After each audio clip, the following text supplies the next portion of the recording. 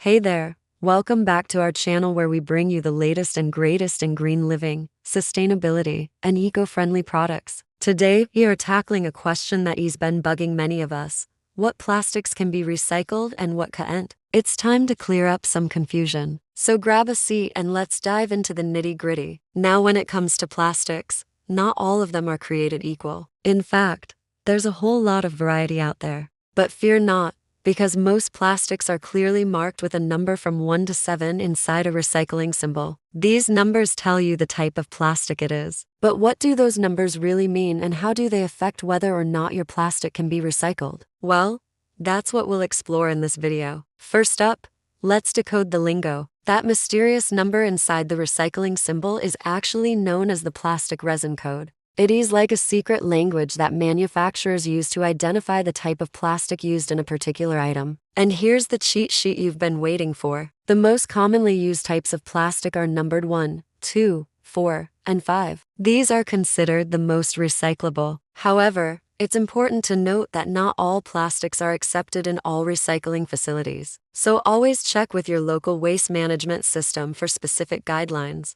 So now that we've decoded the plastic lingo, let's tackle the big question: which plastics can be recycled and how do you recycle them properly? To start, plastics labeled 1 and 2 are usually accepted by most recycling centers. These include number 1 PET or P and number 2 ADP. PET is the plastic used for soda bottles, water bottles, and food jars. Look for the recycling symbol on the bottle with a number 1 inside the triangle. ADP, or high-density polyethylene, is used for milk cartons, detergent bottles, shampoo bottles, and more. You'll also see the recycling symbol with a number 2 inside. These are the easiest to recycle and the safest bets for your recycling bin. Now here's a quick tip for recycling PET bottles. They're often made of clear plastic, while ADP containers like milk cartons are usually opaque. Another helpful tip: always remember to rinse out your plastic containers before recycling them. No one wants a recycling truck picking up your half-eaten leftovers along with your recycling. And if you can,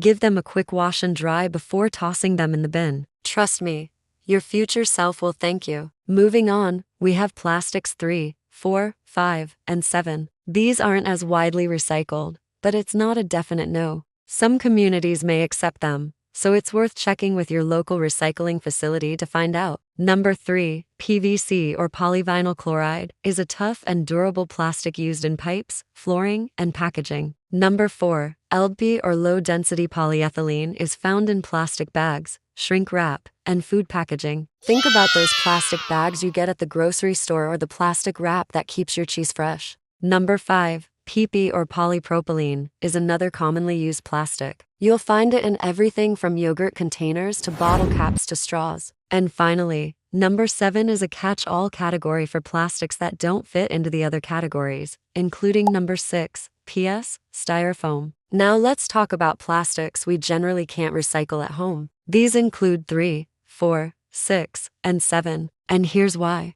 Number 3, PVC, due to its durability and resistance to chemicals, is indeed used in many applications, but it's not easily recycled in most curbside programs. This includes those pesky window blinds that seem to multiply overnight. The same goes for number 4 LP. While it's incredibly useful for things like plastic bags, wraps, and films, it's not widely accepted in regular recycling bins. And let's not forget about number 6, PS or polystyrene foam. Commonly known as styrofoam, this lightweight material is used in everything from disposable cups to packing peanuts. But its low density makes it a bit of a recycling rebel. It's not accepted in most curbside programs. Then there's number 7 other, which includes mixed plastics or plastics not included in the previous categories. Think about those multi-layered chip bags or plastic items with mixed materials. Unless specifically labeled as recyclable, these are tough to recycle. Instead of discarding these plastics, consider giving them a second life through creative reuse. For example, plastic bags are great for lining small trash cans, protecting books from spills, or even creating makeshift placemats. As for polystyrene foam, those packing peanuts can be reused for shipping or stored for potential future moves.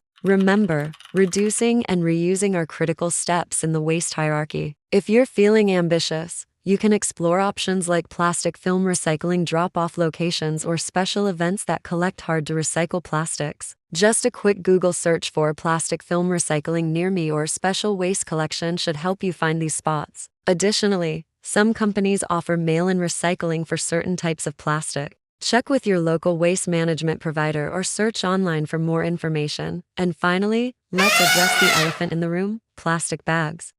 Plastic bags. Those convenient little squares of plastic that can either be a pain or a blessing. If you're tossing them in the recycling bin, stop right there. Most plastic bags cannot be recycled in your curbside program. In fact, they often end up contaminating the recycling stream, causing delays and extra costs for recycling facilities. Instead, look for stores with plastic bag recycling bins or participate in community bag recycling events. Also, try to avoid single-use plastic bags altogether. Invest in reusable bags made from materials like canvas or jute. Not only is it better for the environment, but it also makes you feel like a true eco-warrior. So now that you're armed with the knowledge of which plastics can and can't be recycled, it's time to put that newfound expertise to work. Start by sorting through your recycling bin. Make sure you're only tossing out plastics that are accepted in your program. And hey, don't forget to rinse and dry them first. No one wants soggy recycling. You might also want to check with your local recycling facility for any additional guidelines or programs they offer.